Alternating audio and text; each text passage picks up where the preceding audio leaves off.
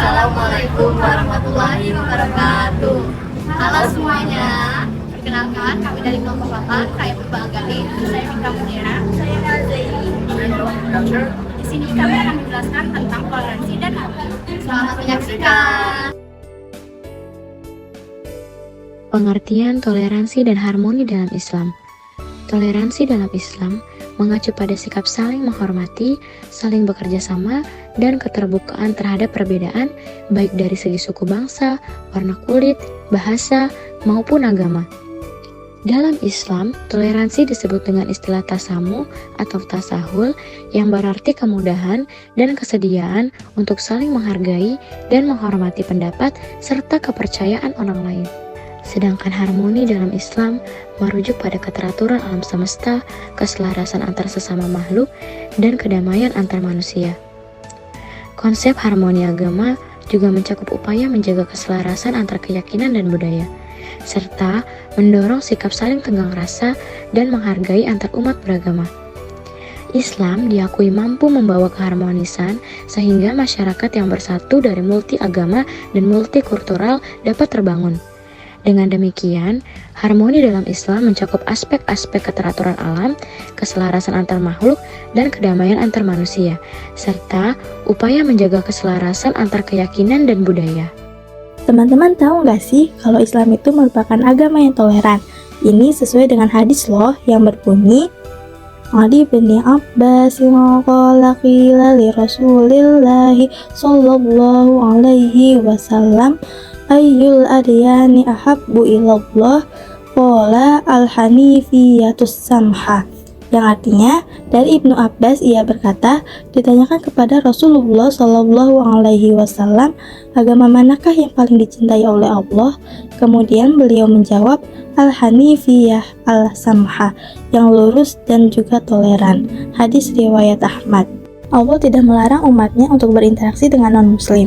Islam mengajarkan untuk berlaku adil dan tidak memaksa umat lain untuk memasuki Islam sehingga dapat terciptanya harmoni. Kita harus menghargai dan menerima perbedaan yang ada, termasuk perbedaan agama. Jangan sampai kita membenci bahkan menghina umat lain. Allah Subhanahu wa taala berfirman dalam Quran surat Al-An'am ayat 108, Bismillahirrahmanirrahim. Wala tasubbul ladzina yad'una min dunillahi fayasubbullaha adwan bighairi ilm. Kadzalika zayyana likulli ummatin amalahum summa ila rabbihim marji'uhum fayunabbi'uhum bima kanu ya'malun. Dan janganlah kamu memaki sembahan yang mereka sembah selain Allah, karena mereka nanti akan memaki Allah dengan melampaui batas tanpa dasar pengetahuan.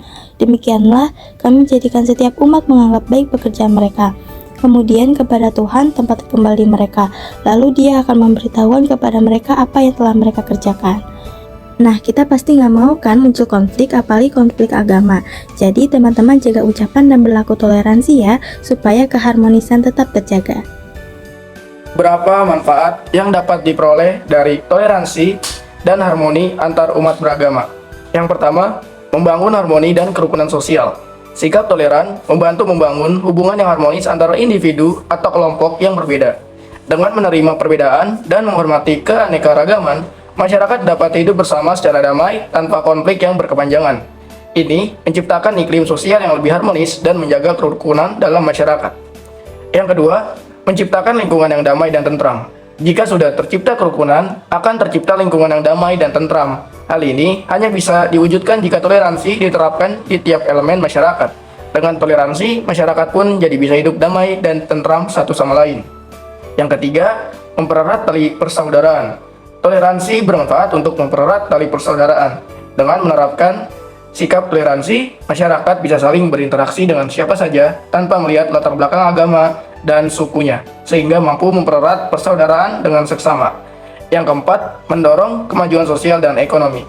Toleransi memiliki dampak positif pada kemajuan sosial dan ekonomi.